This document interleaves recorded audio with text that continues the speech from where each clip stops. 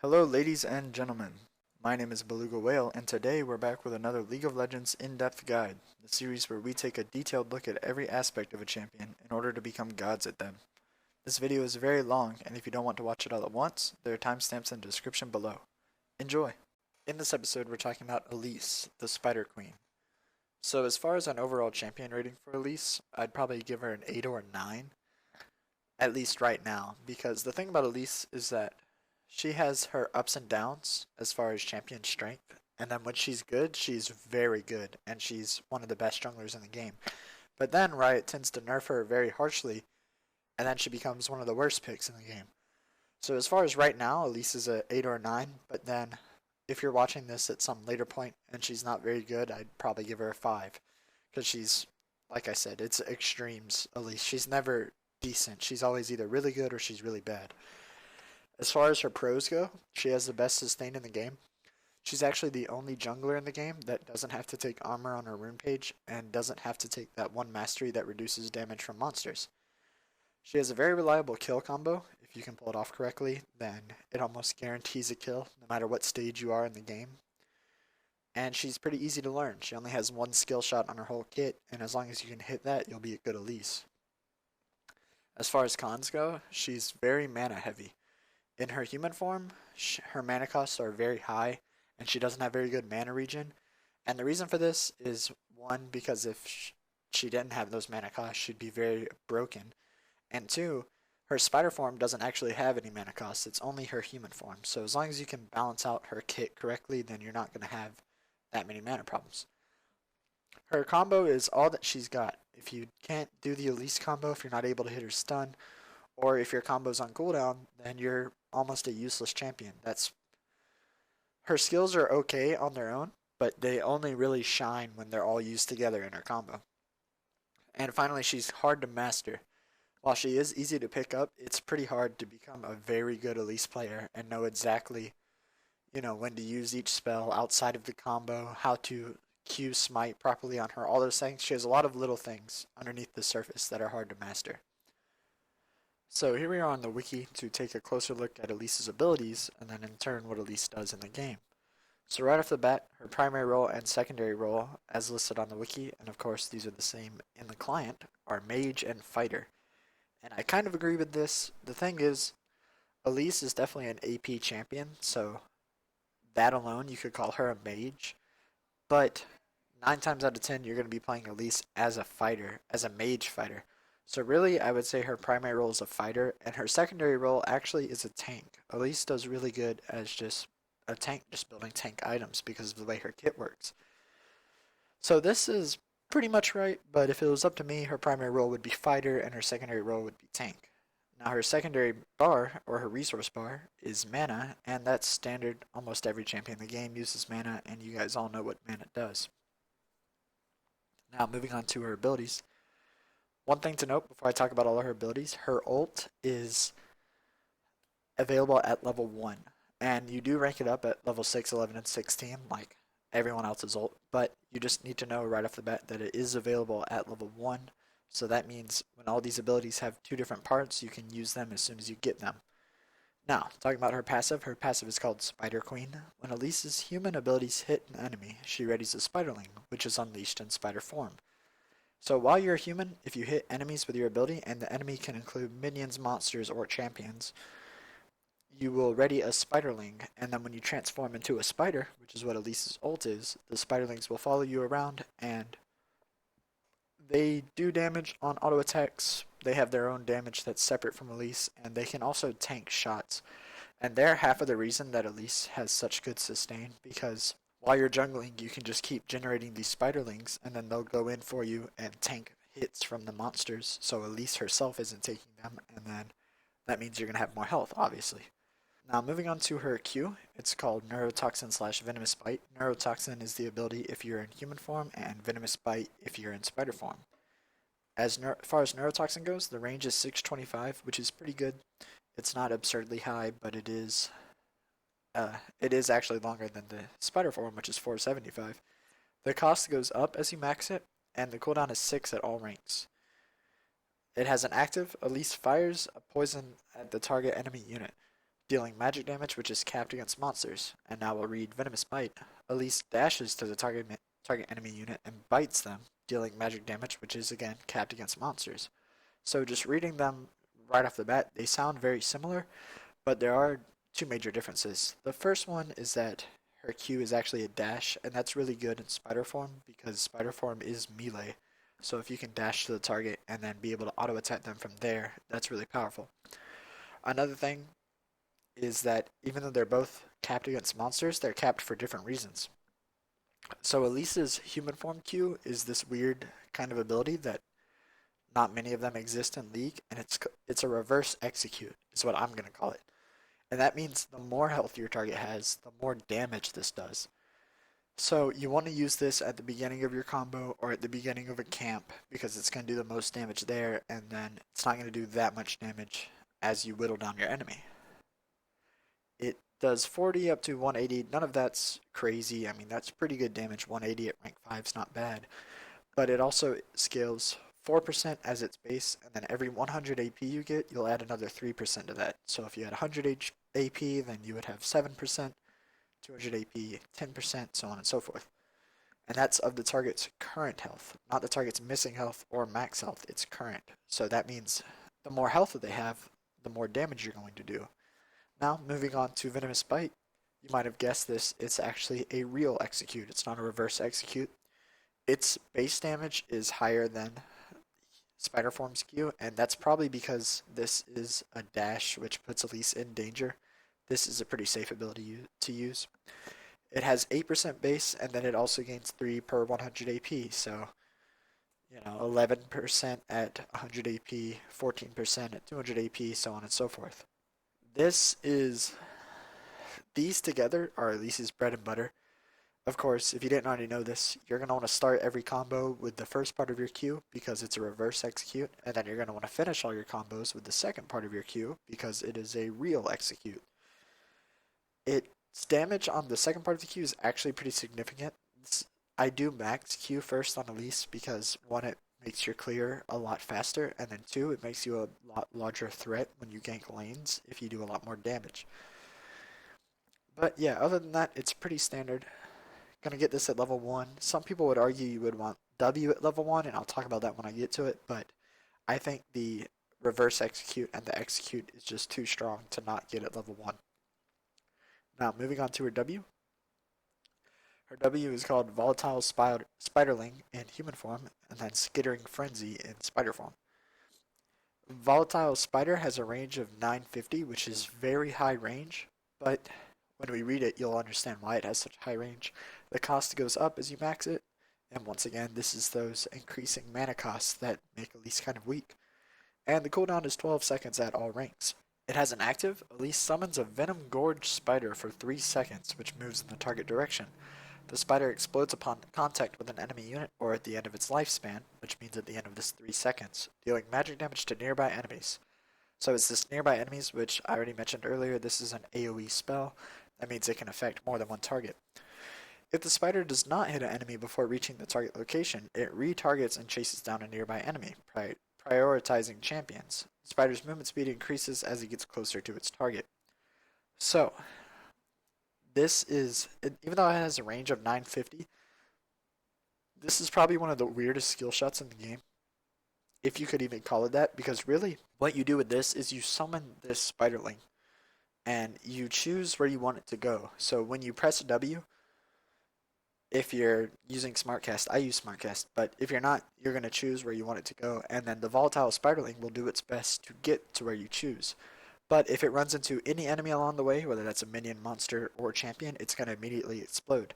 If it doesn't run into any enemies, then once it gets to its new location, it will retarget and chase down a nearby enemy and prioritizes champions. If there are no enemies nearby, whether that's champions or monsters or anything, then it'll just stand there and die. If there are champions, it'll prioritize them, and if there are only monsters, it would chase them too. Its magic damage is actually pretty high, and that's because it's so freaking hard to hit. It has a base of 275, which is more than either one of her Qs, and it scales with 80% of your AP. So overall, that's really high, but like I said, as long as your enemy team can weave minions in between you and this W, it's not going to be easy to hit. That's also why when you use it, and we'll see more of this when we get to the gameplay when I'm actually using the spell, but you want to aim this to the side of a minion wave. You don't want to aim it straight down the minion wave. And then what that'll do is your W will avoid the minions, it'll go on to the side, and then once it reaches the end of its span, if there are any enemies nearby, it'll target them then, and then it'll chase them down, all the while avoiding all the minions. Which, like I said, you'll see that when we get to the gameplay. In spider form, it's called Skittering Frenzy. It has a passive. Elise's spiderlings gain bonus attack speed, so as you max this, your spiderlings are going to get increasing attack speed at each rank. And it also has an active. Elise and her spiderlings gain bonus attack speed for 3 seconds. The bonus attack speed increases as you max it as well. So, a lot of people want to get this at level 1, and the reason for that is actually hidden in the ability details. And it's pretty far down here, but here it is. Skittering Frenzy resets Elise's attack timer upon cast. So what that means in layman's terms is this is an auto reset. And if you've watched my guides before, you'll know how important auto resets are for jungling, and they're really strong. But overall, one auto reset every 12 seconds is not worth giving up a reverse execute and an execute on one ability. So you're going to get this at level 2 though, because the auto reset will help you then, and also the increased attack speed. It gives, when you activate it, you gain increased attack speed too, so it's just going to help you clear the jungle quickly. If you don't know what auto reset is, if you've never seen my videos before, what that means is you want to use your W as soon as one of your autos end, and then that way you'll cancel all of the ending lag that auto attacks have. And what ending lag for auto attacks is basically auto attacks work like this. When you auto attack something, you'll hit them as soon as your champion is possible.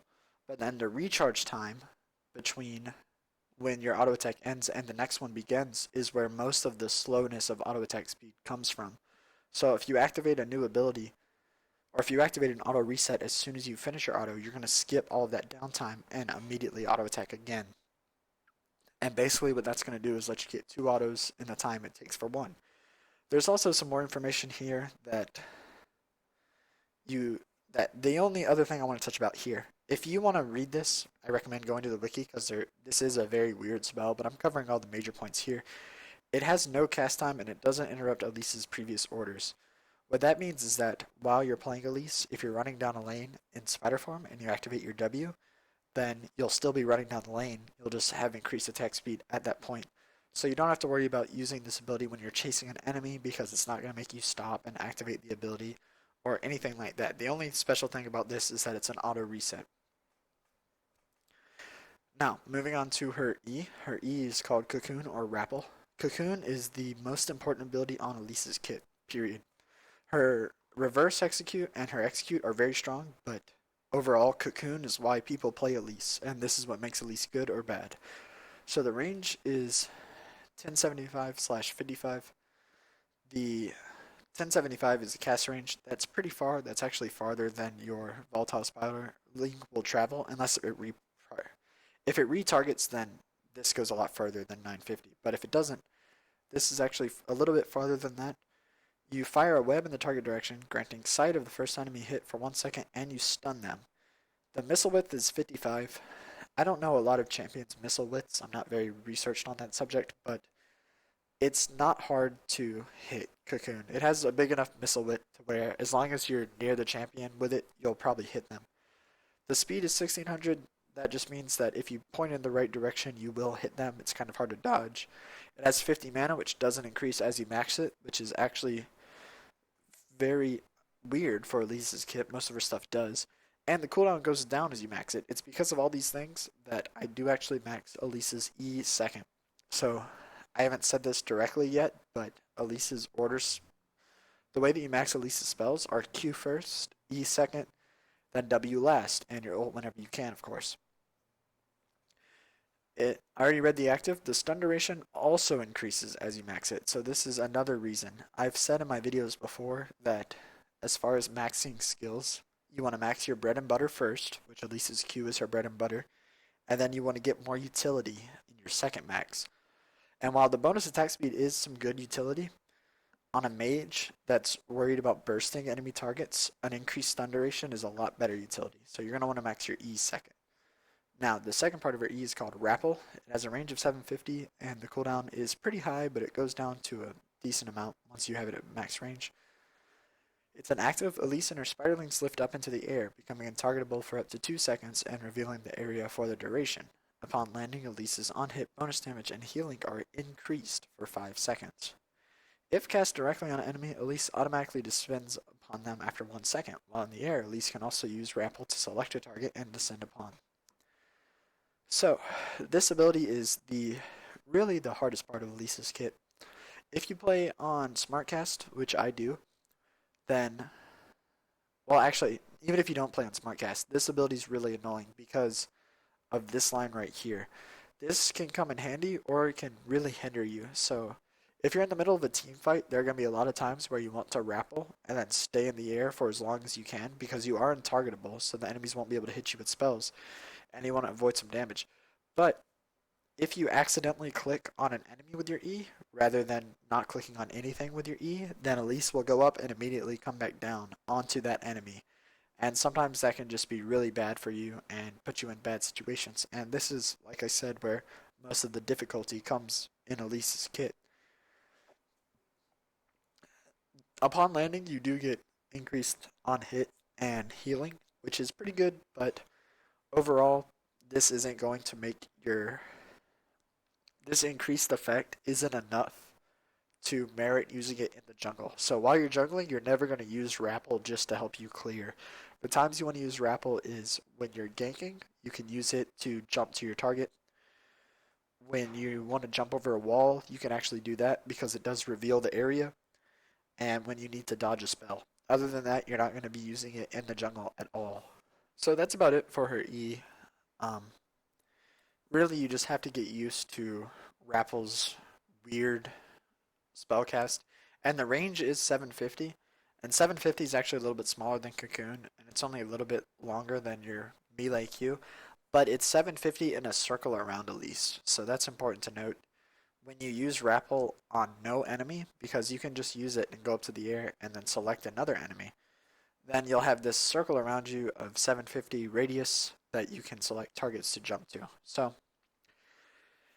but you'll see me using it properly in the game, and I'll talk a little bit more about it then. But overall, this is the ability that is so hard on Elise. So before we move on to her ult, I'll go ahead and talk about the combo on Elise. It's pretty simple, but in case you haven't picked up on it already, you're going to start your combo in human form. You want to hit your cocoon on the target so they're stunned for 2 seconds. Then you're going to hit Neurotoxin and Volatile Spiderling at the same time. Neurotoxin travels a lot faster than Volatile Spiderling, so if you use them both at the same time, then this will hit first, which is what you want because it's a reverse execute. Then your W will come in, do a decent amount of damage because it has a very high AP scaling. And then you're going to transform.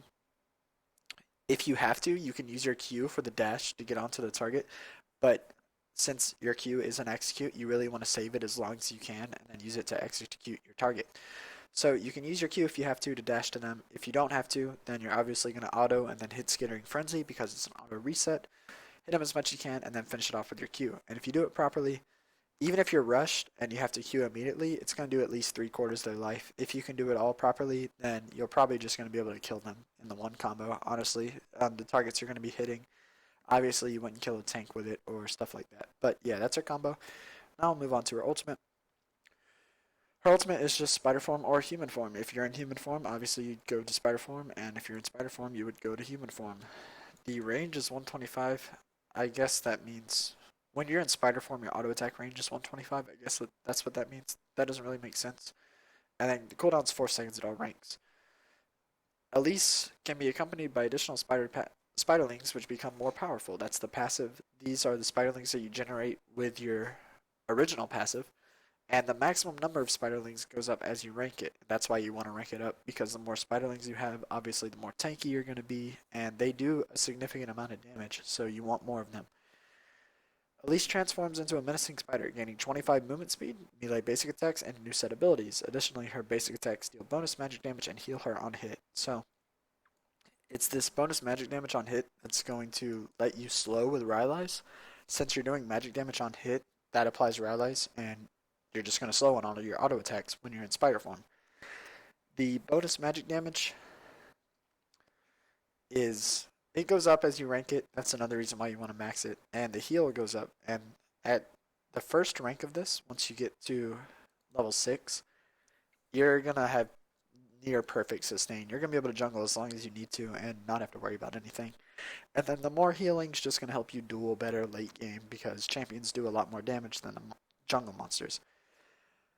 As I said earlier, Elise begins with one rank of it, and you can increase it at all the normal levels. And yeah, that's about it. So that's everything on her abilities. And next, we'll move on to the runes and masteries. Okay, so here we are at the rune page.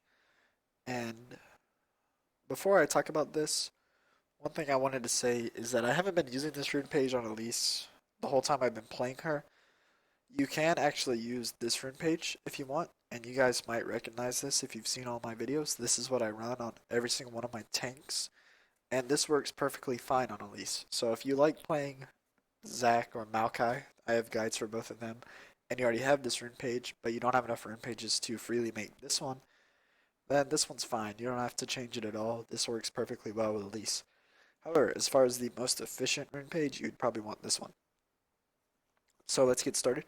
As you might notice, there is no armor on this rune page. That's something I mentioned earlier. Elise doesn't actually need armor to jungle. She's pretty much the only jungler. I didn't say this earlier, but Fiddlesticks also can jungle with whatever he wants, but that's only if he has a blue buff. So all in all, Elise is really the best sustained jungler in the game. Now, marks are going to be attack speed, and this is just because increased attack speed helps you clear the jungle more. You do heal on hit as Elise in spider form, so the more attack speed you have, the more you're going to be healing, and that's going to help you sustain more often. Also, you do deal a little magic damage on hit, so if you have increased attack speed, you'll be dealing that increased magic damage, and it's not going to hurt you that you don't have magic pin here. If you don't have attack speed marks though, you could take magic pin, but if you don't have these, you might need to put some armor on your rune page. Whether you put it in quintessences or marks doesn't matter to me, but just know that this attack speed is part of the reason why you don't need armor on your page. As far as yellow goes, I take all health per level yellows. This is just because, well, once we get to item sets, you'll see that sometimes you build Cinder Hulk on Elise, so if you can get more health from your rune page, then that's going to scale well with Cinder Hulk and just be giving you a lot more health overall. Also, you don't need armor, so you might as well take these. If you don't have health per level runes, then once again, armor is fine. Also, you could take flat health, but if you don't have these health per level runes, I highly recommend you get them because they're very important for tank junglers and also a lot of AP champions, but that's none of my business. My business is jungling. So, I recommend you get these if you don't have them. If you don't, armor's fine, flat health is fine. But yeah, those are the only three I would recommend here. For quintessences, you're going to take flat ability power. This is just going to make you do a little more damage. It'll make you heal a little bit more. It'll make it easier to hit that 100 AP cap that you need for her Q. And overall, it's just going to make you a lot stronger early game. And then that's going to help you get stronger for the late game. If you don't have ability power quints, attack speed quints are okay. Armor quints are okay. Magic pin quints would probably honestly be okay too, but really and truly ability power or attack speed are the only two that I'm going to say I recommend. And then finally, as far as glyphs go, you're going to take 6 scaling CDR per level, and what that's going to do is get you 10% CDR at level 18. On Elise, you don't get to build that much CDR until late game. You can get some, but as far as your core items, you're not going to be building any. So if you can get 10 flat from your rune page late game, that's going to really help out you in late game. And finally, the last three, I have 3 scaling magic resist per levels. If you don't have, I just like to take these because Elise should be pretty tanky, because if you're not tanky, you're going to get killed very easily by your opponents. However, if you don't have scaling magic resist per level, you can take flat magic resist. You could even take ability power here. And if you don't have cooldown per level, then you might want to take all of these as cooldown if you have those. If you don't, these can all be magic resist. You'll still be perfectly fine on Elise, or even magic resist per level. Any of that's fine. Glyphs, you have the most wiggle room, I think, on Elise. And pretty much any glyphs that are good, you can take on Elise and be fine. So like I said, if you don't have enough rune pages and you just want to make this one, that's fine. I'm not going to actually talk through this. If you want to see me talk through these runes, then check out the Zac or Maokai guide on my channel. But yeah, either one of these are fine. And now we'll move on over to Masteries. So I take 21-9 on Elise because even if you're going tank, you still want to do pretty significant damage on her. And the only thing that's really special about this is that you don't take tough skin, as I mentioned before. You can just throw those 2 points in recovery, but we'll run down the offense tree first. So you're going to take double-edged sword on Elise. This is because when you transform into spider form, obviously you're in melee form, and then that means you're going to get the benefit of this trade. You're going to deal an additional 2% damage and only receive an additional 1% damage. Also, when you're in ranged form, it is going to help you a little bit. I mean, you're still going to be doing a little more damage, which is always good, but you're also going to be a little squishier. So as far as team fight goes, once you start off your combo, you want to spend most of the team fights in spider form. Okay, next up, you take 3 points in sorcery. Sorcery, as you rank it up, it's going to increase your cooldown reduction, and like I said, you don't get to build cooldown reduction a lot on Elise, so this mastery is going to help you a lot in the long run. You could also get points in Fury if you want. I mean, if you don't get any attack speed from your rune page, if you just don't have the runes, you might actually want to take attack speed here. But as long as you're using the runes that I showed, then sorcery is going to be better. Now, this is where it gets kind of weird. I take 3 points in brute force and 1 in martial mastery, and also 3 points in mental force and 1 in arcane mastery. This, you never see this pretty much in League. The reason for this is because you do auto attack a lot on Elise, whether it's using your W in the jungle or using it on champions, and that means the attack damage is going to get some usage. Now, you could trade out, honestly, a little bit. You could argue that it would be better, let's see, if you went like this.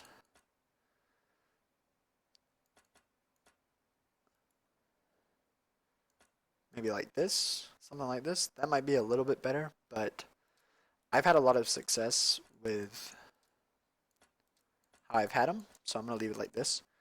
But yeah, you take these because you do auto attack a lot on Elise, and the increased attack damage is going to make your auto attacks do even more damage. And then, of course, you take Mental Force and Arcane Mastery because they increase your ability power, and all your spells scale with ability power, so these are always good. You're going to take 1 point in Spell Weaving. What Spell Weaving does is when you damage an enemy champion with a basic attack, it'll increase your spell damage by 1%, and that stacks up to 3 times. And like I said, since you're auto-attacking so much on Elise, it just makes sense to take this. Blade Weaving also makes sense to take. That's why I had a point in it a second ago. When you have Blade Weaving, it damaging an enemy champion with a spell increases basic attack damage by 1%, and that stacks up to 3 times. So this is just the reverse of that, and since you're interweaving your autos and spells so much on Elise, these are both really, really good. But overall, this one's a little more important because of your W. So your W is an auto reset, and you're going to want to make use of it in your combo, so you know you're going to be autoing a champion at least once, probably more than that. And then when you use your Q after that, it's going to have increased damage, so that's just going to increase the damage from your execute. Also, a good thing to do on Elise is throw in an auto after you hit your E when you're in human form, and then once again, that would increase this. Now, over here we have Executioner and Dangerous Game. Executioner just increases damage dealt to champions below 50% life by 5%. So that means if your target gets lower than half health, you're going to be doing increased damage to them, and of course you want that when part of your kit is an Execute. Next, you have Dangerous Game. Getting a champion kill or assist will restore 5% of your missing health and mana. And while that 5% doesn't seem like it's very much, that will be the difference between you living and dying in a lot of team fights, especially because of the way Elise's E works. You are pretty slippery in spider form if you use it correctly, so you can get out of fights if you need to. But then sometimes there are things like if you got ignited, or you just have a different damage over time spell, and maybe you go up into Rappel, but if you guys didn't know, even if you go intargetable, you can still take damage from damage over time. So untargetable does not mean the same thing as invincible. There's a really big difference there. I see a lot of players get confused when they're playing Fizz and they go on their troll pole and then they die while they have Ignite on them. And that's just because you're untargetable at that point. You're not invincible. So if you're already targeted by a damage over time spell, it's obviously still going to do the damage to you. So that's why Dangerous Game, that's the main usage I get out of it. I'll get somebody really low and then I'll rappel up because I'm about to die, and then my team gets the kill, and then when I come back down from my rappel, I'll have a lot more health because I got Dangerous Game off. Next up, we have 3 points in Devastating Strikes. Devastating Strikes increases your armor and magic pen. You don't take any magic pen on your rune page at all, and you do auto attack a lot, so having this increased armor and magic pen is going to help your kit a lot. You can't really skimp around and not take this because unlike Lee Sin, which was the previous guide, he builds a lot of armor pen in his core items, but Elise doesn't build magic pen until maybe her third item, so before that you're going to need this mastery. Then finally, Havoc is the last mastery you're going to take. This just increases all of your damage by 3%. That's damage against monsters, minions, champions. All of it gets increased by 3%. And that's really good when you have, once again, when you have an execute and a reverse execute on your kit. If you get increased percentage damage on those, they become way stronger than you might think.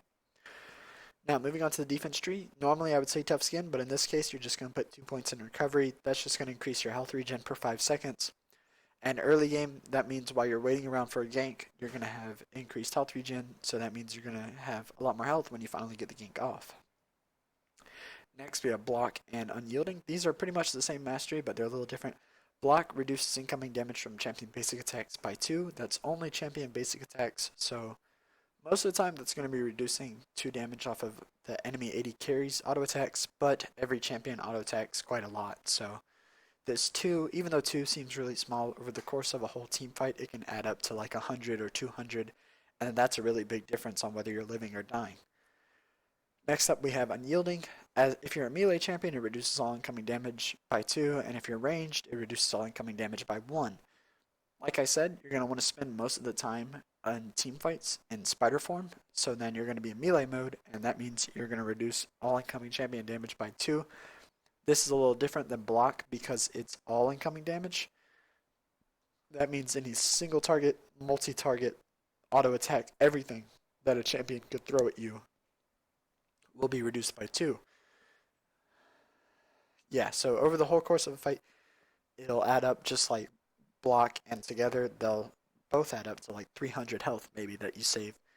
Another thing to note about Unyielding is that it doesn't reduce damage from true damage, so Ignite or Vayne's W or Corky's passive, all of that stuff will still do the damage they're supposed to you. There's no way to reduce that because it is true damage. Now, moving on to the last two, you have Veteran Scars and Juggernaut. Veteran Scars kind of sucks. It only gives you 36 health, which at level 1, that's quite a big difference, but then by the time you get to level 6, 36 health isn't a big deal at all. However, you have to put 3 points in this to get Juggernaut, and then Juggernaut's one of the most powerful masteries in the game. It just gives you 3% increased maximum health. And with the item build that I'm going to be showing you, whether you want to go Runeglaive or Cinderhulk, you're going to be building some health. So that means all that health is going to get increased by 3%. The health per level that you got from your runes is going to be increased by 3%. So this is just going to make you a lot stronger. And yeah, it also scales really well with Cinderhulk, which you will be getting sometimes. So overall, it's just really good, and you should definitely strive to get this on Elise. So that's it for her masteries. They are kind of weird, especially in this section. It gets kind of funky, but then other than that, they're not that weird. And I would recommend you copy them exactly like I have them. However, if you just think I'm stupid or something, or you don't agree with me, then another good way to do it would maybe be like this. This would give you a little more sustain. Also, exposed weakness is really good on Elise because late game you're going to be using your E to catch out opponents. So if you're increasing your team's damage when you hit your E on the target, that's really good. However, that being said, Elise does a lot of damage anyways. So really you don't have to have this mastery because you're going to be doing a lot of damage anyways, and the target's probably going to die anyways. So this is one version of it, but I recommend this, and this is what I always use. So next up, we'll be moving on to item sets. Okay, so here we are at item sets, and as I've said before in my guides, I don't really use item sets in game, but if you want to copy exactly what I'm doing into your client, I highly recommend that because while you're learning a champion for the first time, the last thing you want to be worrying about is what items you need to build, right? So I'm going to tell you exactly what you need to build, and then you can copy this into your client and you can focus more on the abilities. Now, let's go ahead and make a new item set. We'll call it Elise items. Okay, as far as starting item goes, you are a jungler, so you're going to want to get Hunter's Machete and 2 health pots. You don't actually have to get the 2 health pots. They they will make a large difference. If you don't get the health pots, you're going to come out of the jungle at half health rather than full health.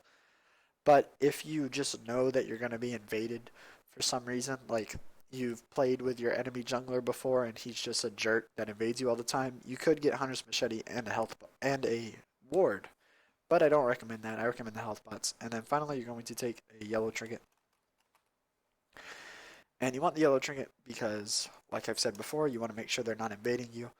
You are going to trade out this yellow trinket on your first back for a red trinket, but until then, you can place this at level 1 to see where the enemies are and make sure they're not coming to steal the buff from you. So, that'll be starting items. Next, we'll have first back.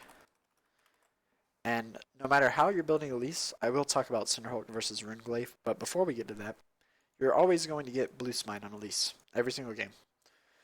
The So I'll talk about Blue Smite's the best. Second best would probably be Ranger's Trailblazer, and then maybe Skirmishers. What they what Blue Smite does is you can smite enemy champions, and it also does a little bit of true damage to them, and it slows them. Well, it steals movement speed from them, so that means they're going to be slowed, and you're going to gain movement speed. Purple Smite heals you and also restores mana based on how much you're missing when you use it on monsters. So that would increase your mana sustain a lot. But Elise already has really good sustain, and as long as you use her spider form more than her human form, you're not going to have mana problems anyways. So I don't really think Trailblazer's needed. And then finally, Skirmisher's Saber. What this does is, once again, you can smite enemy champions, and when you do, they'll deal reduced damage to you, and you will deal true damage on hit to them. This is really good if, well, one, if the enemy jungler gets Skirmisher Saber, you could get it just to not lose 1v1s against them. And then two, maybe you have to jump on the enemy AD carry.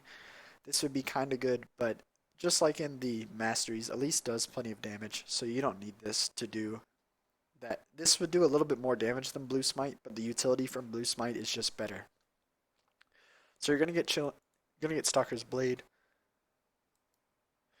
So one thing about Stalker's Blade that makes it so good on Elise is, like I said, it does do a little bit of true damage when you hit a target with it, and that true damage, as we just talked about, can't be reduced by anything. So that's just going to help your combo even more. If you want to throw in the smite before you use the second part of your Q, then that's just going to mean you're doing a little bit more damage with your Q after you use it. Now you're going to get Stalker's Blade. You'll probably be able to afford some health pots. So you can buy 2 of those if you can afford them, but more importantly, you're going to be able to probably afford a ward. I usually get green wards on Elise when I go back. You can get pink wards if you think that you want to make a dragon play. Then I recommend you get a vision ward, because if you place this down in the dragon pit, then obviously you can see if they have it warded. If they don't, that's pretty much a free dragon. Elise is pretty good at clearing dragon. Her spiderlings can tank shots from dragon, so that makes it easier. However, they can only tank 1 shot, and then dragon will definitely kill them. So you can do it by yourself, but it's better if you can get somebody on your team to help you. So you'll be getting some combination of these as long as you get Stalker's Blade. It's not that important. And then finally, we'll talk about the core, is what we'll call this one. So there are 2 ways to play Elise, but they're pretty much the same way, all in all. You can either get Runeglaive or you can get Cinderhulk. Now, what Runeglaive does, if you didn't know, it gives you a spell blade, which means it builds out of Sheen, and then after you use an ability, it will augment your next basic attack. The spell blade of Runeglaive scales with your ability power, and Runeglaive itself already gives you 50 ability power. It gives you 10% CDR, which is really good on Elise because you're not going to be getting CDR elsewhere. And it also gives you 200 mana. Now, the thing about getting Runeglaive is that you want to get it when you're really far ahead. So if you recall, you get your Stalker's Blade and then you go out and you get a couple of kills, then that would merit getting a Runeglaive, because it is good on Elise. It's good whether you're doing okay or whether you're ahead. But the thing about Runeglaive is that it doesn't give you any resistances, and it's going to make you a lot squishier. So get it when you're ahead and you want to snowball a game. But if you're not sure if you can snowball or if the game's going even, then going to want to get Cinderhulk. Cinderhulk is not weak on Elise by any standards. Runeglaive is just going to make you do a little bit more damage, but Cinderhulk, you're still going to do a lot of damage, and you're going to be a lot more tanky. I get Cinderhulk in pretty much 8 out of 10 of my Elise games because I like the I like the secureness of it. You can get it and you know you're going to do well. If you get Runeglaive and then somehow you mess up and you start falling behind, then Runeglaive is going to actually really hinder you. But anyways, we'll talk about what Cinderhulk does if you don't know. It gives you 400 health, but it also gives you 15% bonus health. And this 15% bonus health is what makes Cinderhulk so good. That means the more health you build, the more health you're going to get from Cinderhulk. So it just stacks with itself and it gives you very high amounts of HP for just one item. Now, you're going to get one of these two, depending on how the match is going. I recommend Cinderhulk in, like I said, pretty much 8 out of 10 cases, but if you want to get Runeglaive, that's fine. You just have to play a lot more safe. Now, after that, you're going to want to get Boots, and in almost all of my Elise games, I get Sorcerer's Shoes. However, I usually leave them as Boots of Speed, so that's what I'm going to leave on the core. As long as you're in spider form, Elise's movement speed is pretty high. Like we said when we were talking about abilities, she does gain movement speed in spider form. She's actually rather slow in human form, so that's something I should have said earlier, but you're going to want to approach ganks in spider form more often than human form just because you move quicker. But we'll talk more about that in the gameplay. So I usually leave these as boots of speed just for now until I get my first item, which is going to be a Rylai's. Now, we already talked about Rylai's a little bit in this, but what it does is it gives you 400 health, which is quite a lot. It gives you 100 ability power, which is instantly going to boost your passive, where you get another 3% on your Q. I mean, not your passive, your Q. And it also, if you damage an enemy with a spell or an ability, you're going to reduce their movement speed. And if it's single target, it's 40%. If it's area effect, it's 40%. And if it's damage over time or multi-hit, which those are actually the same thing. So if it's a damage over time, which Elise doesn't have, it's only 20%. And your summoned minions, your pets, actually reduce by 20% as well. So if you get auto attacks off or your Q, either one of your Qs, they will all slow for 40% for 1.5 seconds. Your W in human form will slow for 40% for 1 second, and then your spiderlings will slow for 20% for 1 second. This item overall is just really good on Elise's kit. The 100 AP, like I said, is going to proc that 3% increase on your Qs. And then the 400 health, if you have Cinderhulk, that's going to be giving you a lot more health. And if you have Runeglaive, it's still going to give you some health that you need to get a little bit tankier. Now, next item you're going to want to get is always Liandry's. If you don't know what Liandry's does, it gives you 80 ability power, which when you add that to the stuff you're getting from your runes and masteries, it's practically going to be another 100. At this point, once you have these two items, you're going to be getting plus 6% on your Qs. It gives you 300 health, which isn't as much as Rylai's, but it is still a good bit. And if you have Cinderhulk, it's going to turn into even more than that. But more importantly than that, it gives you 15 Magic Pen. And the only other Magic Pen that you're going to be able to build on Elise is your Sorcerer's Shoes. So it's really important that you pick this up for Magic Penetration. It has a passive where if you deal spell damage, you'll apply a damage over time effect for 3 seconds that deals bonus magic damage equal to 2% of the target's current health per second. So you get to apply a bleed with this that deals 2% of their current health every second for 3 seconds. And if you keep applying spell damage, which you will on Elise, because your auto attacks apply it, then you're always going to be doing this increased 2%. However, if they are movement impaired, which means if they're slowed or stunned or anything like that, then the bonus damage is going to be doubled and it's going to go up to 4% of their current health per second. And it is capped against monsters, but that's not that important.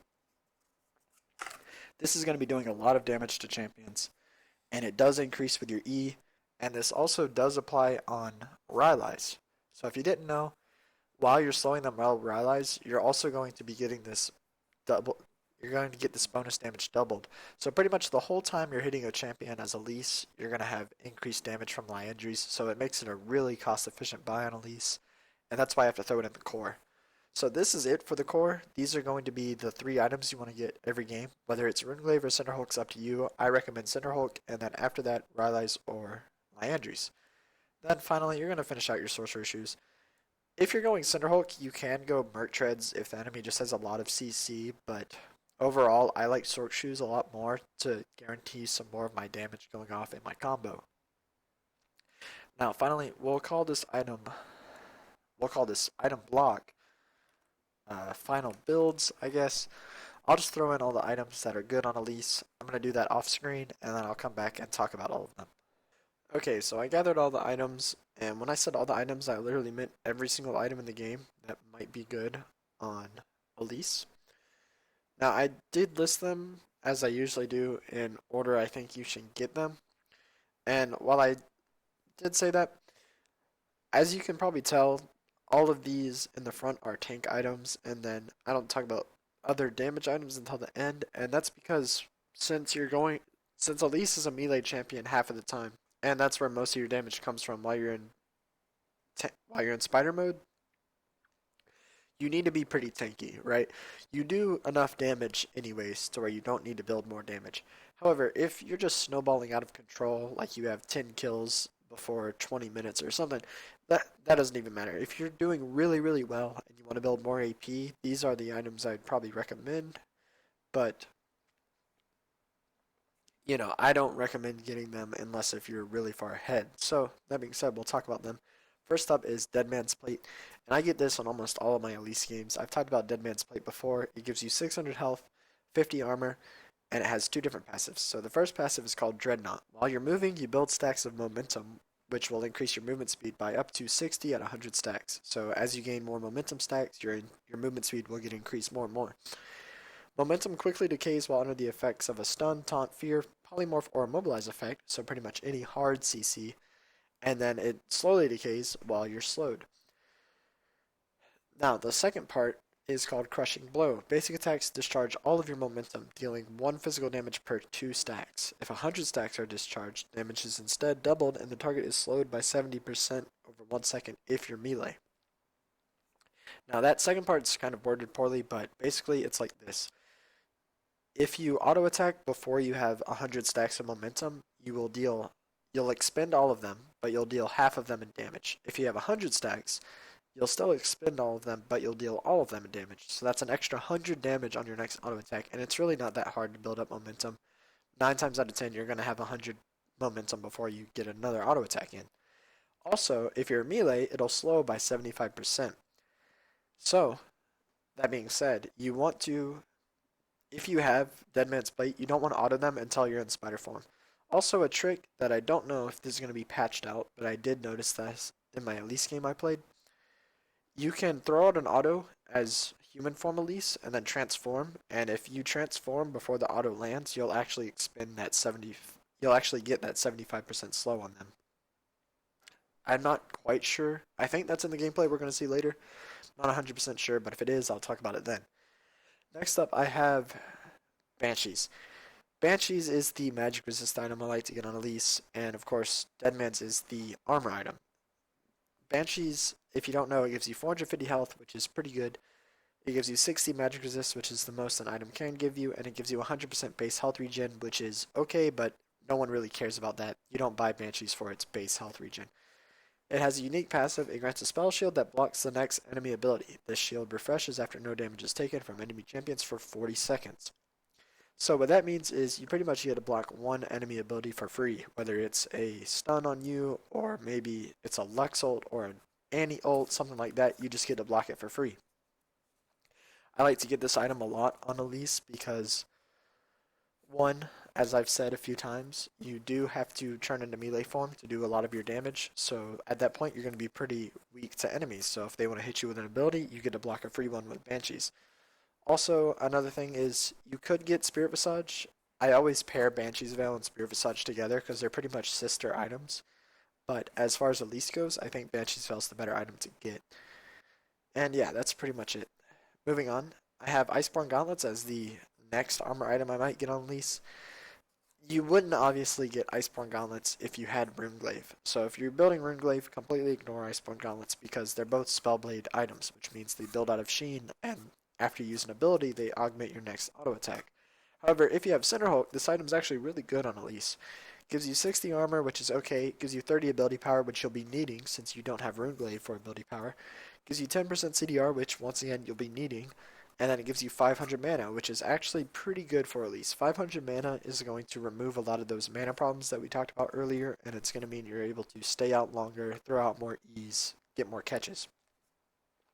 The Spellblade on Iceborne Gauntlets is also kind of, well, it's different than all the other Spellblades.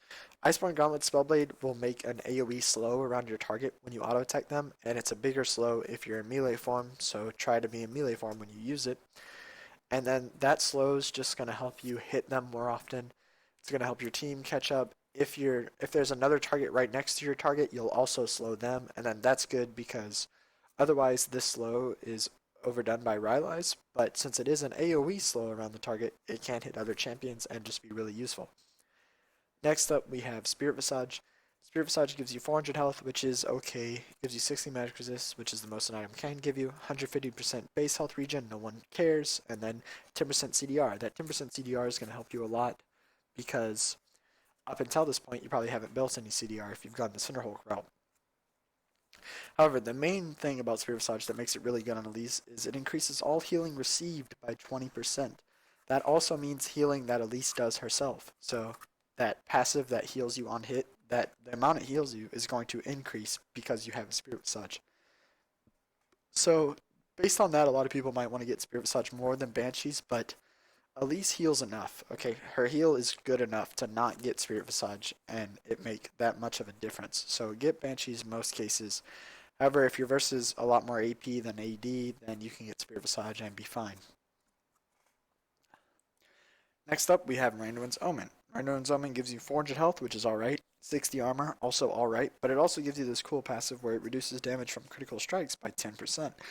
That 10% is going to come very much in handy if you're against critical strike champions. So if you're against a Tryndamere or a Yasuo or a Gangplank, then I highly recommend you get Randuin's. Otherwise, really just get Deadman's Plate and be good from there. Randuin's is okay on Elise, especially because of the active. It slows the movement speed of all nearby enemy units by 35% for 4 seconds. So if you rappel onto a target, for some reason, if you do that first, then you can activate Randuin's and probably slow a lot of targets. But that being said, that's not what you're going to be doing most of the time on Elise. Most of the time, you're going to throw out your E first and single out one target. So overall, Randuin's is okay, but there are definitely better items, such as Deadman's Plate, to get. Next up, I have Locket of the Iron Solari. What Locket does is it gives you 400 health, 100% base health regen, 20 magic resist, which is kind of pathetic, and then 10% CDR, which of course CDR is going to be really good. Now, the reason it only gives you 20 magic resist is because it also has the aura as its second unique passive, and that grants nearby allies plus 15 magic resist, which also includes you. So really, this item gives you 35 magic resist, and it gives all your teammates plus 15. It also grants a shield to nearby allies, which is 75 plus 15 per level. That 15 per level is going to scale pretty hard to where this shield is a little over 300 at max at level 18. And then that means if you hit your whole team with it, you could theoretically be blocking more than 1500 damage from your whole team, which on paper sounds really, really good. And a lot of the times I say Locket isn't that good on a champion, and you probably shouldn't get it, but Elise isn't actually one of those champions. I think Locket is a pretty good buy for her because of her playstyle. With Elise's playstyle, you're going to be near your teammates all the time. You don't really dive the backline as Elise. You throw out your E and then single out targets with Elise. So unless if your support is getting this, I recommend you get it. But if your support is getting it, obviously you don't want to get it. And if your support doesn't get it, then you want to get it. But if they are getting it, then I think Banshee's Veil is more strong, and you obviously don't need two of them. So overall, it is a good item on Elise, but if you don't have to get it, then you probably shouldn't. Next up, we have Warmogs. I've talked about Warmogs before. It gives you 800 health, and it gives you 200% base health regen, which normally I'd say no one cares about base health regen, but 200% is actually a lot. Once you buy Warmogs, it's going to make a difference on your health regen right off the bat. But then it also has this passive called Warmog's Heart, and you don't get Warmog's Heart unless you have at least 3,000 maximum life. Which by the time you'd be buying Warmogs, as long as you got the core, you're probably going to have 3,000 life when you buy it. Now, what Warmog's Heart does is it restores 15% of your maximum health every 5 seconds if you haven't taken damage in 8 seconds. And another way to say that is it restores 3% of your maximum health every single second if you haven't taken damage in 8 seconds. So basically, what Warmogs is a replacement for recalling. It also gives you 800 health, which is no joke, but the reason that people get Warmogs is because of this Warmog's Heart passive. So if you don't want to have to recall, and you want to be able to stay out longer and have good sustain, while Elise already does have good sustain, so you don't necessarily need to buy this. If you bought this, you would almost never need to back on Elise. So it's strong, but there are stronger items, and you definitely don't want to get this if you're versus a Vayne or someone who does max health damage. So it's just here on the list to think about, but honestly, it's not that important. Next up, we have Abyssal Scepter. Abyssal Scepter gives you 70 ability power and 50 magic resist. Those are both pretty decent stats as far as ability power and magic resist is concerned. And then also it has an aura that reduces the magic resist of nearby enemies by 20. So since Elise is an AP damage champion, if you can reduce your enemy's magic resist, then you're going to be doing more damage to them. However, this item isn't good enough to merit getting it if you're the only magic damage dealer. So if you're on a team where you have an AD top mid and AD carry, then I wouldn't get Abyssal Scepter. But if you have an AP mid and your enemy team has some AP champions too, then Abyssal Scepter is a pretty good pickup. But in most cases, it's not worth getting. Only get it if either one, you're versus a lot of magic damage champions, or your team has a lot of magic damage champions. Either one of those cases, this item is pretty good. Next up, we have Guardian Angel. Guardian Angel gives you 50 armor and 50 magic resist. The 50 armor is okay, but the 50 magic resist is actually pretty impressive. And then upon taking lethal damage, you'll restore 30% of your maximum health and mana after 4 seconds of stasis. What stasis is the exact same thing that Zonia's throws you in. You're basically invincible and you're untargetable. However, this has a 5-minute cooldown. 300 seconds is 5 minutes. And I don't think Guardian Angel is that good of an item. It's pretty good on Elise because Elise has a lot of escapes. So if you have a lot of escapes on your champion, then Guardian Angel becomes a lot more useful because you're not going to be dying that much anyways. So if you're only dying every now and then, when you eventually do die, if you have a Guardian Angel, then it's going to be a lot more cost efficient. However, I don't like Guardian Angel. The times I would recommend getting a Guardian Angel is if, one, you're like 9-0 and you just don't want to feed all your shutdown gold, or two, if your teammates are getting Guardian Angel. So the thing about Guardian Angel is it's a lot better in packs, I guess you could say.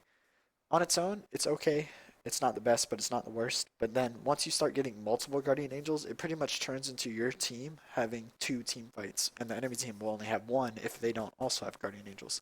So most games you're not going to want to get this, but however, if your whole team's getting it, then join the fad, go into pure pressure and get a Guardian Angel.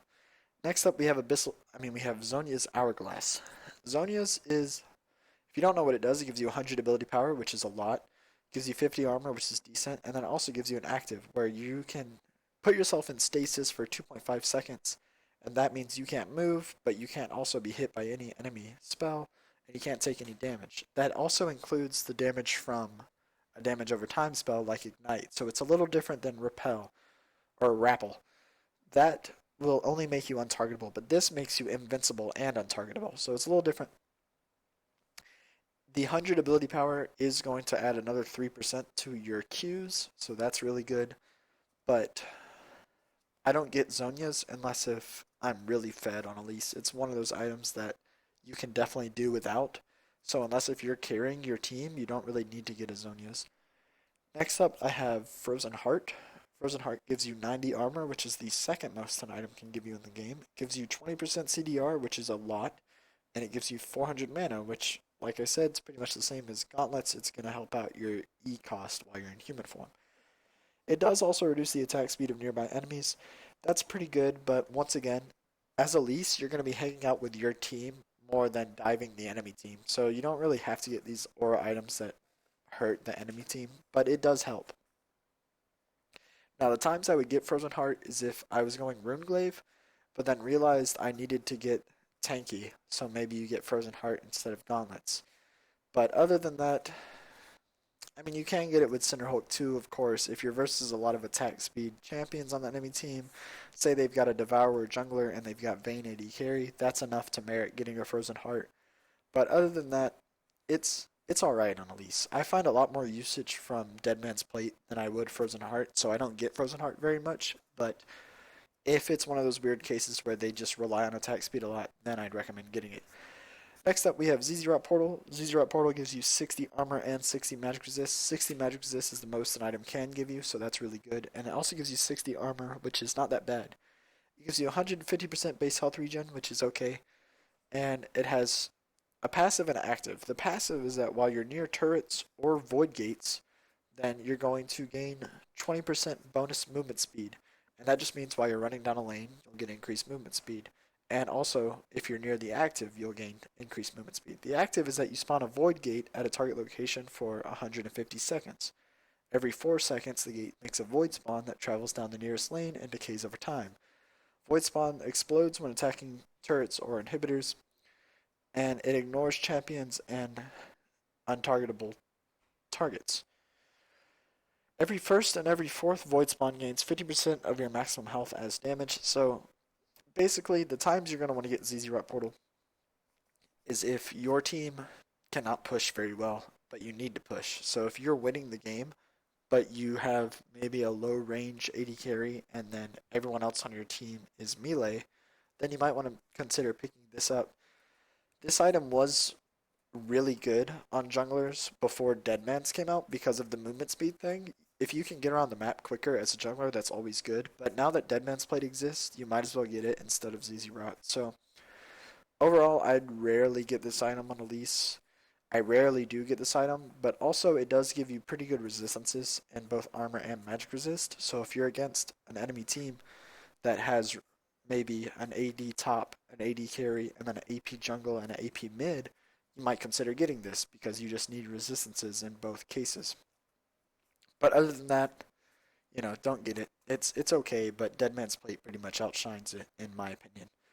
Next up, we have Sunfire Cape. Now, what Sunfire Cape does, it gives you 450 health. That's okay. 45 armor. That's kind of low, but it also deals magic damage around you each second, the same way Cinderhulk does. So you can only have.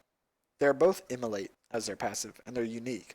So if you built Sunfire Cape while you already own Cinderhulk, that would be a waste of an item. However, if you have Runeglaive and then you start falling behind and you regret buying your Runeglaive, you would never sell it. Also, I didn't say that earlier, but you never sell big items like this just because you bought wrong. What you can do is buy a Sunfire Cape instead and then kind of make that up. So that's the only time I would buy Sunfire Cape. Otherwise, you have Cinderhulk anyway, so you don't need it. Next up, we have Righteous Glory. Righteous Glory gives you 500 health, which is a pretty significant amount, 300 mana, which is also pretty good on Elise, and 100% base health regen, no one cares. It grants plus 60 movement. It has an active that's kind of like Talisman of Ascension. It'll grant 60% movement speed to nearby allies when moving towards enemies or enemy turrets for 3 seconds. After 3 seconds, a shockwave is emitted, slowing nearby enemy champion movement speed by 80% for 1 second. Now, that slow is actually a lot. The 80%, I mean, when you think about it, 100% slow would be a stun, right? So if you're slowing by 80%, you're nearly stunning them, even though it's only for 1 second. This item is okay on Elise, but really I like to get this item on champions that dive the enemy team, and like I said before, that's not what you want to do with Elise.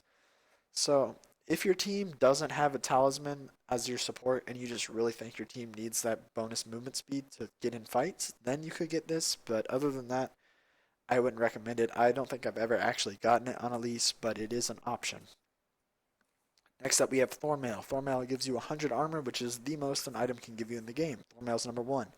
It also has a passive that, upon being hit by a basic attack, you will reflect magic damage back to the attacker equal to 25% of your bonus armor plus 15% of the incoming damage.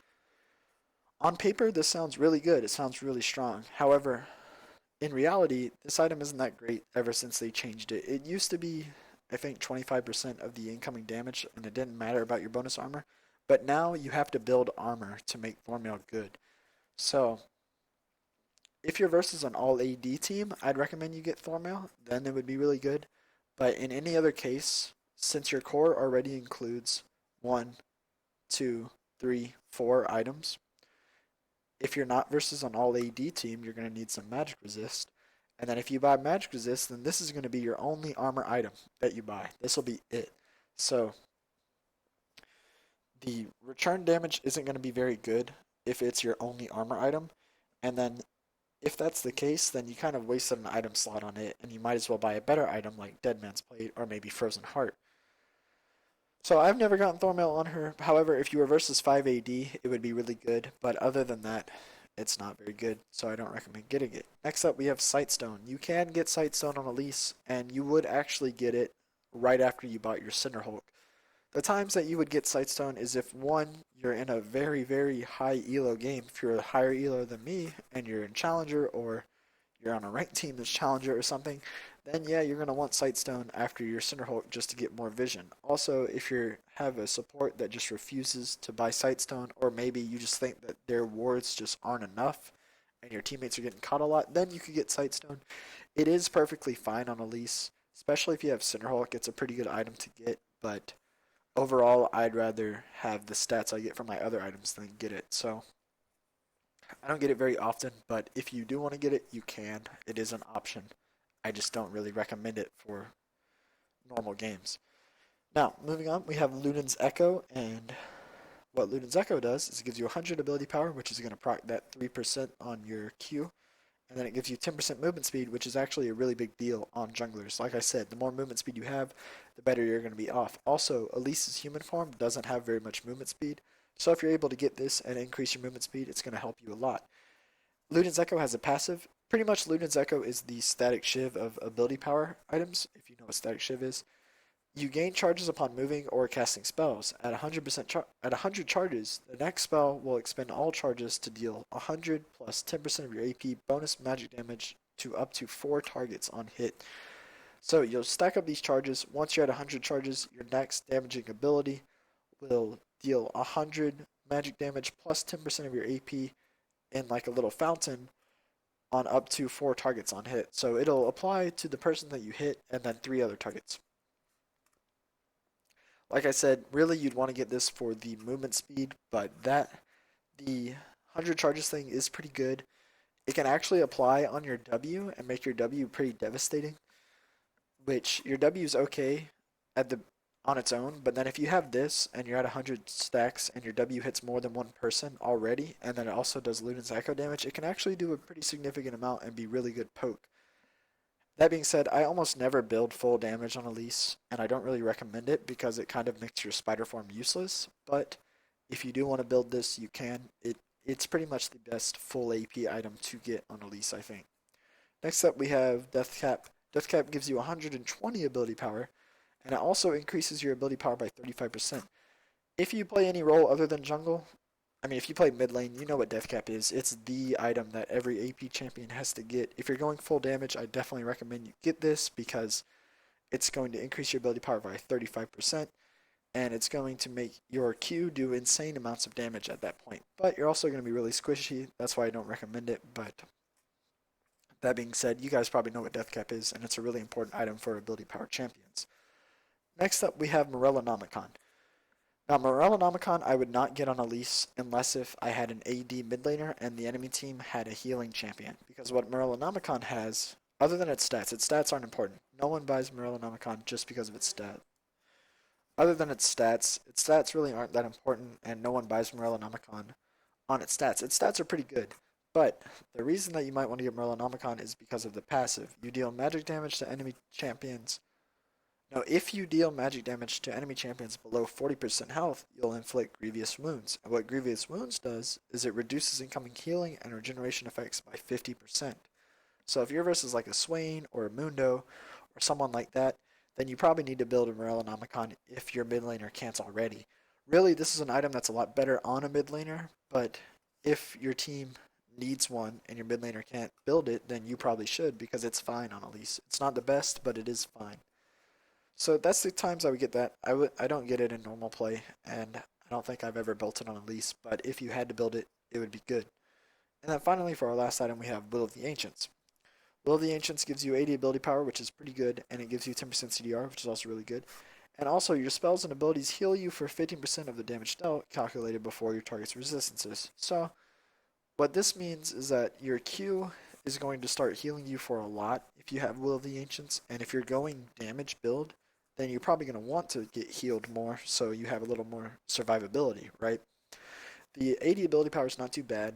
It's a perfectly fine amount, and the healing's going to make sure that you're full health.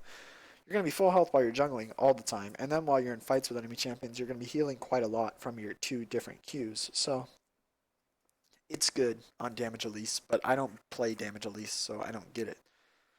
And yeah, that covers all of our item sets. So next up, we'll finally be moving on into the gameplay. Okay, so here we are loading into the game, and as always, when you're loading into a game, you want to take a look at your team and your enemy team and try to plan out your early game. So, looking at my team, our top lane has Garen, and Garen's a really strong laner, but he really doesn't have any CC for ganks, so I probably wouldn't really want to go there. LeBlanc is actually a really easy lane to gank for. I'm going to go ahead and pause it while we talk about this. LeBlanc is a really easy gank to gank for because of her stun that can also slow until they get stunned and all that stuff. So LeBlanc's really good, and then also Morgana, not Misfortune, is very easy to gank for too. On the enemy team, their mid laner is Yasuo. Yasuo's not too hard to gank. If he has your minions to dash through, as you guys probably know, then he can escape you pretty easily, but then other than that, he's a pretty easy gank. And then bot lane, they actually have a Mordekaiser AD carry with the Thresh. And that lane's going to be very easy to gank because Mordekaiser has no escapes other than Thresh's Lantern. So I can either just focus down Thresh because he won't have any escapes. Or if we hit all of our CC, Morgana's Snare, my stun, and Jinx's Snare, then Mordekaiser's also going to be an easy kill. So, with that being said, I'm definitely going to be spending my time around here, near the bottom half of the map, and probably ganking bot as often as I can. So let's go ahead and start it. I bought a Hunter's Machete and 2 health pots, as always. And, oh yeah, before we get too far into it, let me make it my team's vision, and no chat. Nobody likes chat. Okay, here we go. So I'm going to go ahead and ward to see if they're invading. They're clearly not doing anything, so I'm just going to stand around at my Krugs with my team. I know that Rengar is a weak jungler. You guys know I have plenty of Rengar content. He's a good jungler late game, but early game, as you guys probably know, his first clear is really bad. So my intent this game was actually to clear the red and then go invade the Rengar at his red, because I knew a level 2 Elise, I would have been near full health, and Rengar's probably going to not have... Well, okay, I'm going to get my blue first, then I'm going to go invade the Rengar. I figured the Rengar probably couldn't do a 2 buff clear because Rengars usually can't. So I come in, I'm going to try to invade his red. I do actually not see him here. I'm going to go ahead and ward it and leave, but then Rengar actually saw me ward, which is really unfortunate, I think. And then he starts the buff. So I'm going to come over here, try to invade him. I'm waiting. I got vision of him. He actually placed himself very well, to where I wouldn't be able to hit my E right off the bat. I was going to come in for the steal, but he does smite it his last thing because he did see me ward. I unfortunately missed my E there, and then all of a sudden this isn't going that well. I'm going to use my E to try to leap to Rengar, but I wasn't quick enough, and then it's going to be me and LeBlanc and Yasuo. Yasuo ignites me, and he also does a lot of damage just because he's Yasuo, and then I'm going to die. So what I did wrong there was, 1, I didn't hit my E on Rengar afterwards. That meant he would have died if I'd hit that. And then 2, I didn't hit my E again when he flashed over the wall. Once again, he probably would have died. And then 3, I should have just ran from the Yasuo as fast as I could. I tried to fight him a little bit, and that just meant he got a lot of damage off on me. So that was one mistake I had near the very beginning of this game. So after that, I'm just going to go ahead and farm until I hit level 4 because 1, bot lane's pushed up, top lane's pushed up, and no one was mid, so I don't need to be ganking. And then 2, all my jungle's up, so you might as well clear it anyways. Kill my raptors, and then I'm level 4, so I'm going to look for a gank mid for a second, but then I noticed that LeBlanc left. LeBlanc's actually having a pretty hard time versus Yasuo now that he got the double buffs from killing me, so that's unfortunate. I'm going to go back to clearing, and I'm going to go ahead and tell bot I want to gank their lane, because like we said earlier, the enemy bot lane's actually pretty easy to gank. I do have Raptor buff here, So I knew that I hadn't been seen by a ward, and then I think they're going for dragon, so I'm going to come over here and check it a little bit. I don't see anyone outside of it hitting it. I come back down, and then I think they're going to kill dragon in just a second. And yeah, they get the dragon for free. I ran up here to see if I could gank mid, and then Yasuo, they might have had this warded or something. He knew I was around, and then yeah. So right now my team's even in gold, but they do have a dragon over, so we're a little bit behind. What I need to be doing is either trying to get a gank off mid or bot, or just clearing my jungle. I'm going to clear my jungle because 1, I'm low on mana, and then 2, none of the lanes are very easy to gank right now. Yasuo is level 6, and I'm only level 5. And also he can wind wall my E, and then my whole gank gets ruined. So overall, just going to either clear jungle or gank bot. So that's what I'm doing right now, clearing the jungle. Clearing my red. Elise has that insane sustain that we've talked about. Also, you want to make sure... Well, I haven't actually talked about this yet. Let's rewind it. When you're playing Elise, remember you want to use your human Q first at the start of your combo. This applies to monsters too. You need to be doing this. Hit your human Q first, which is what I'm going to do. Then I'm going to hit W on all of these camps. And then I'm going to transform.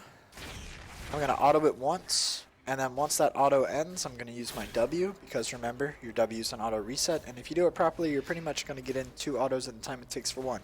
Then you can take a step back, make sure that your spiderlings are tanking the aggro from the camp, and kill it from there. Pretty straightforward. So that's what you want to do on every single camp as Elise, and also against most champions if you're possible to do it. I could have mentioned that in the first clear, but I just forgot about it.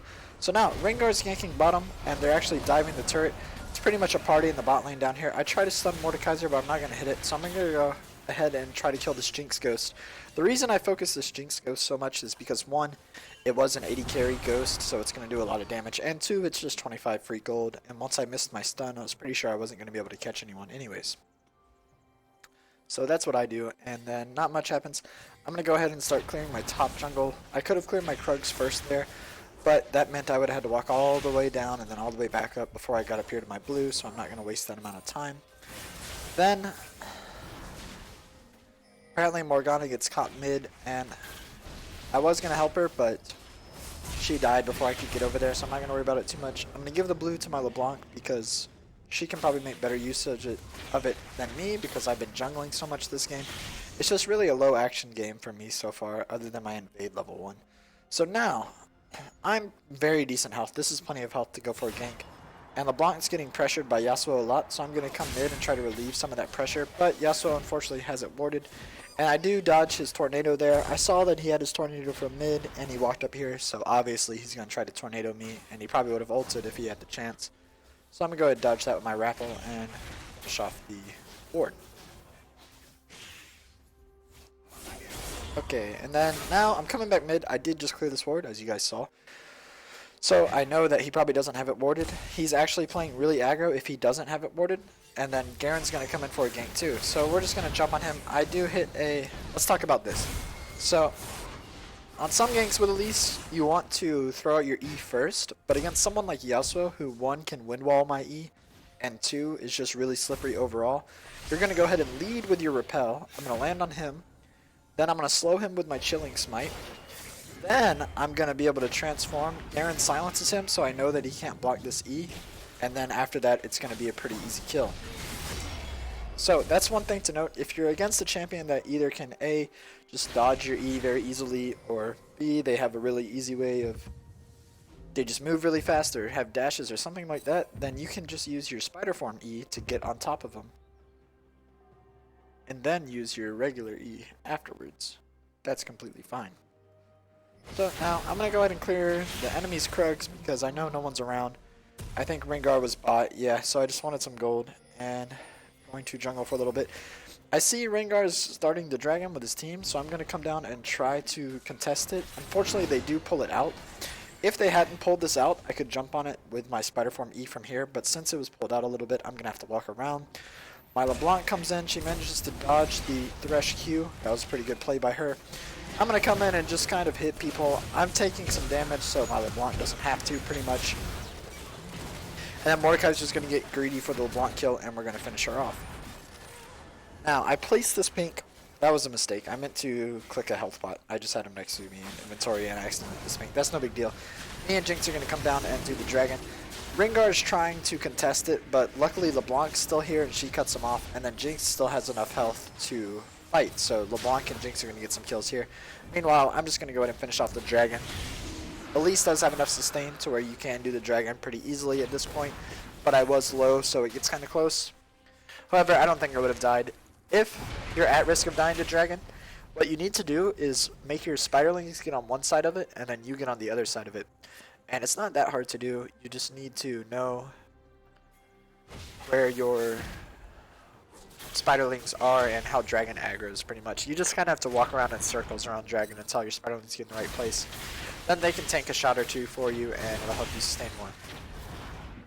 Now I'm just going to do a full clear of my jungle because even though I'm low health, once again Elise has that insane sustain, so it doesn't matter. And two, I got nothing else to do. I wanted to go ahead and full clear before I go back and buy. And I finished my Cinder Hulk and I'm working towards... I got boots first just because in a game that's this much fighting, there's a lot of fighting going on. It's only 16 minutes and there's already 14 kills. That's almost a kill a minute. It's okay to rush boots first just for the extra mobility because I want to make sure that I'm in every fight. Rylai's is a better item than your boots, but there's no sense in rushing a Rylai's if you're not going to be in any of the fights, right? So you can get boots first in this kind of scenario. So I'm going to group my team mid. Pretty standard stuff. If you noticed, your W is actually a... Let's see. He does block my E with his wind wall, but then I shoot my W around it. It's pretty easy to get around a Yasuo wind wall with your W. You just aim it up. And...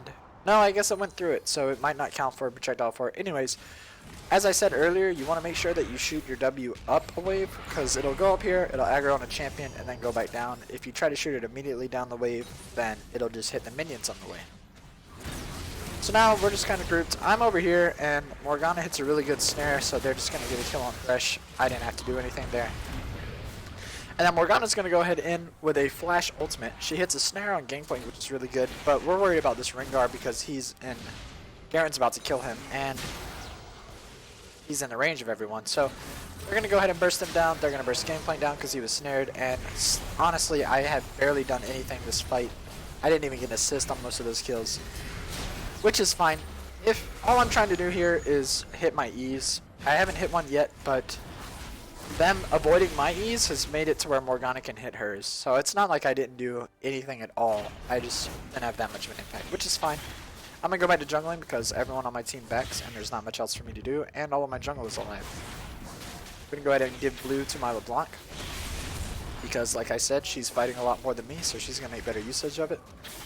And for this, and actually there's a large wave top. I don't like clearing minion waves in lanes because it just exposes you to the enemy team. Like as soon as I started clearing this, of course they know that I'm top. But when it's that many minions, that was probably like 15 minions, then you really do need to clear it because it's just a bunch of gold that you would otherwise be practically throwing away. After I clear that wave, I'm going to come back to jungling, and then I want to back, but I see the enemy team's getting this turret, so I see if I can do anything. I really can't, so I'm going to keep backing here. And yeah, not much else.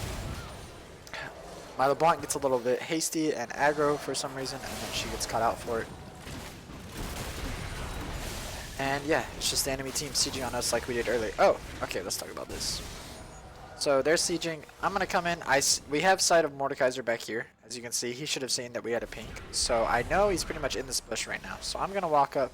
He sees me, so he's going to try to turn around. However, I know that Mordekaiser doesn't have any dashes or anything, so I'm going to hit easy E on him after that. Going to go ahead and do the full combo that you guys should probably know by now. I'll talk through it one more time.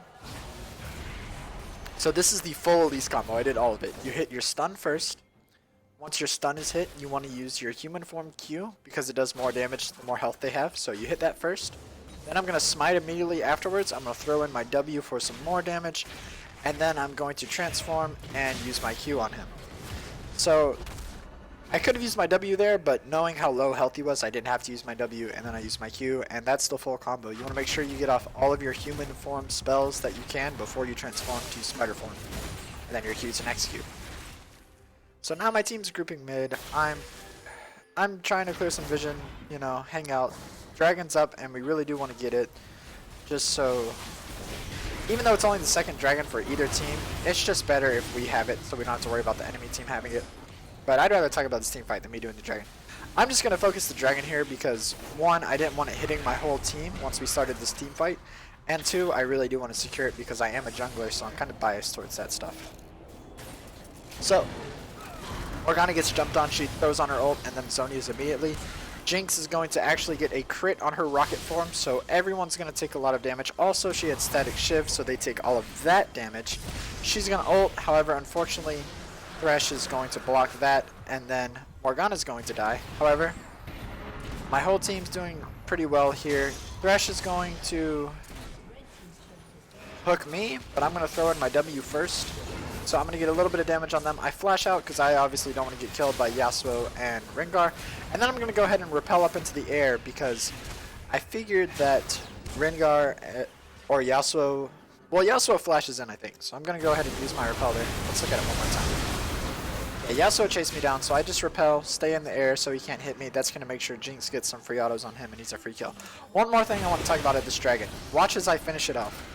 I'm going to smite when it's low health, but not enough health to smite kill, because my smite only does, let's see how much. My smite does 680, so it's clearly not 680 health there, but remember, your spider form Q is an execute, so you can smite early, Q immediately afterwards, and then it's pretty easy. Anyways, team fight again. And then Jinx is going to do really major cleanup. I do get an assist on most of those because I was there with her, and yeah, I'm doing pretty well. All I have to do this game, at this point, our team's doing really well. We have a Jinx, and Jinx is a really good AD carry if she's winning. So all I need to be doing is making sure that Jinx is okay. Whether that's going in first and taking most of the damage for her, or I can just stun, say, Rengar if he tries to jump on her. And that's it. That's all my game plan is. And it's a pretty easy win from here. So we're farming mid. We're farming mid. Here my Jinx is looking like she's kind of in the danger zone. I check... Oh yeah. Let's talk about this. Sorry. Okay, so I trinket this bush. If you're walking past this bush or these two bushes, whether on either side of the map or this bush, you should always trinket them if it's up because these are just the most popular bushes to be warded, right? So if you trinket them, you might catch a trinket. Now, Elise's E in spider form reveals, if you remember from the ability section. So what I can do is walk over to this wall, use my E. I see that red's not up, so then I'm going to go ahead and target this monster, and I can do this camp. That's just one thing to note. Your E does give you sight, so make sure you use it properly.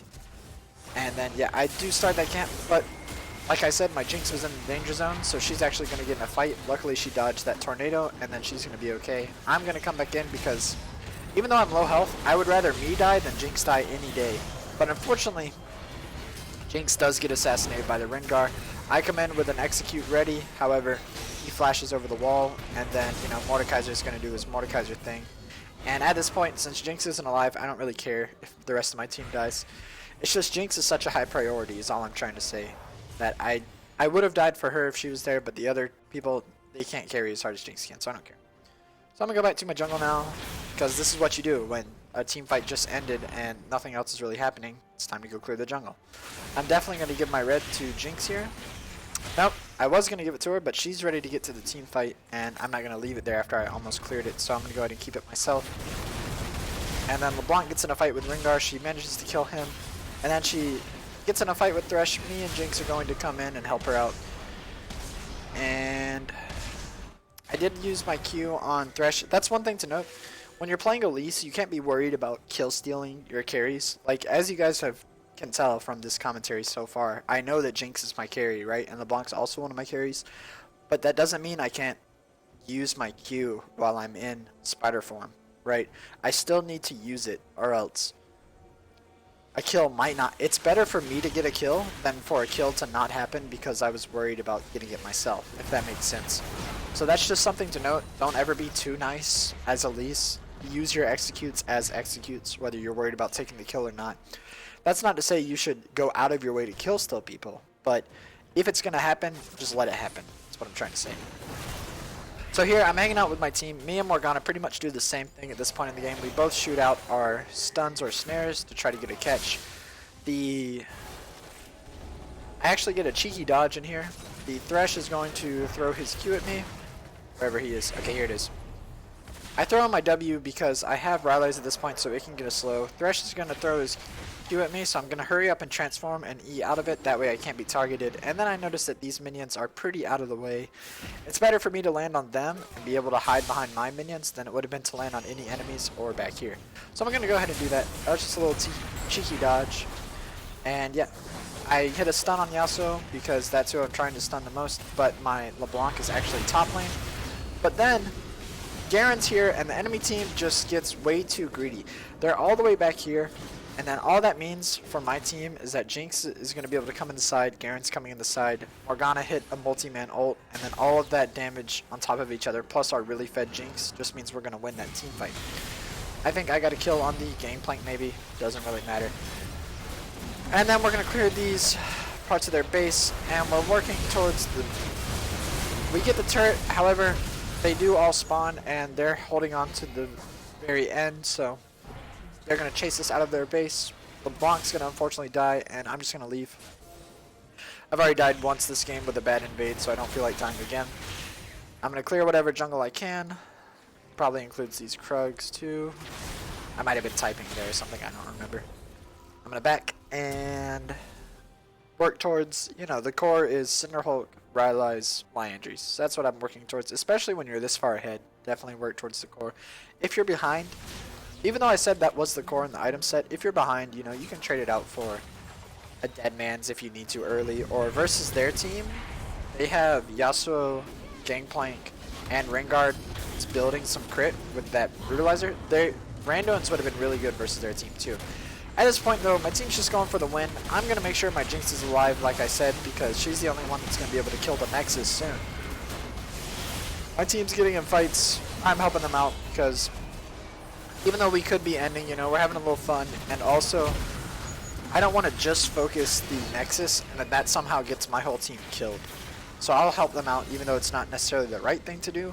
It's better for me to help them out than for it to go sourly, right? So that being said, this is the end of the video. Thank you guys so much for watching. I hope you enjoyed. If you did, please leave a like or subscribe for some more League of Legends content coming from my channel. And if you thought I did anything wrong or you have any questions about Elise or anything like that, please leave them in the comment section below. I do read all my comments and I answer any questions that you guys might have. So, finally, thank you guys so much for watching, and I'll see you next time. Goodbye.